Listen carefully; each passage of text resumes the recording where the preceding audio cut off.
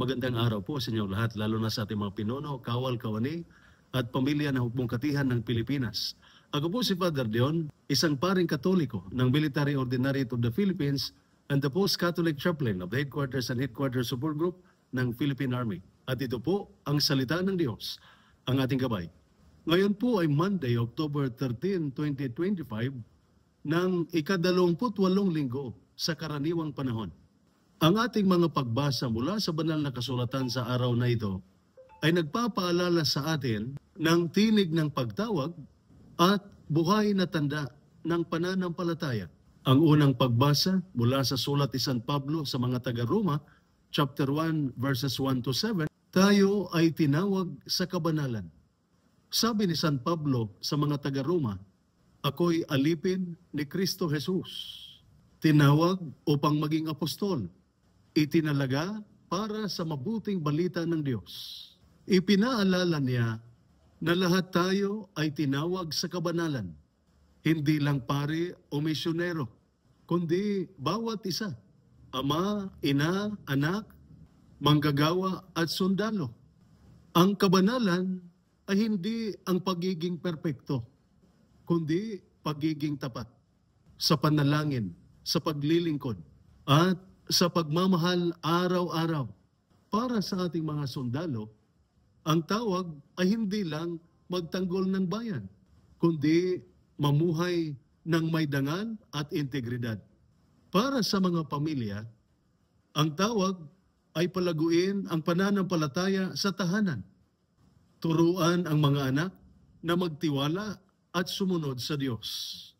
Sa ating ebanghelyo, mula sa ebanghelyo ni San Lucas, chapter 11, verses 29 to 32, ay nagpapaalala sa atin ng mga tanda ng pananampalataya. Sinabi ni Jesus, walang ibang tanda ang ibibigay kundi ang tanda ni Jonas. Si Jonas ay isinugo para sa pagbabalik loob at nakinig ang mga taga-Nineveh. Ngunit si Jesus, na higit pa kay Jonas at Solomon, ay hindi pinansin ng marami. Ito'y paalala sa atin. Hindi na natin kailangang maghintay ng himala upang maniwala. Si Jesus mismo ang pinakamalaking tanda, ang kaniyang salita, ang kaniyang pag-ibig, at ang kaniyang krus. Ang mga simpleng biyaya araw-araw, buhay na regalo ng Diyos. Kaligtasan matapos ang misyon, pagmamahal ng pamilya.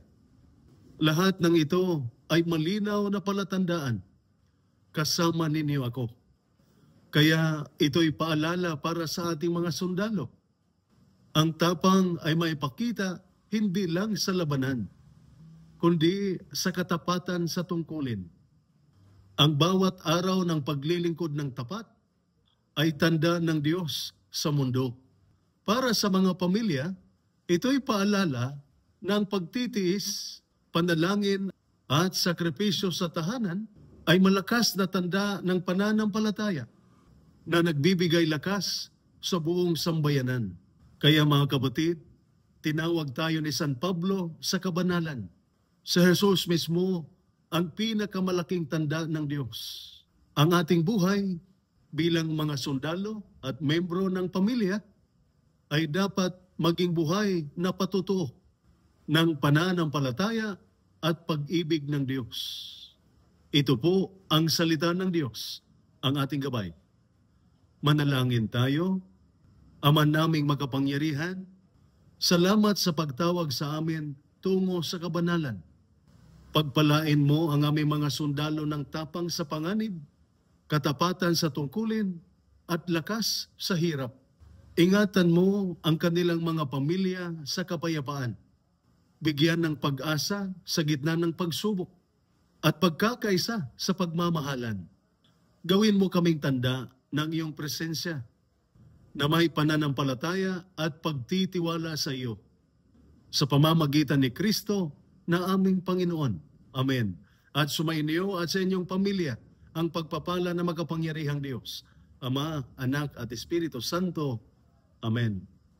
San Miguel Arcangel, ipagtanggol mo kami sa labanan. Amen.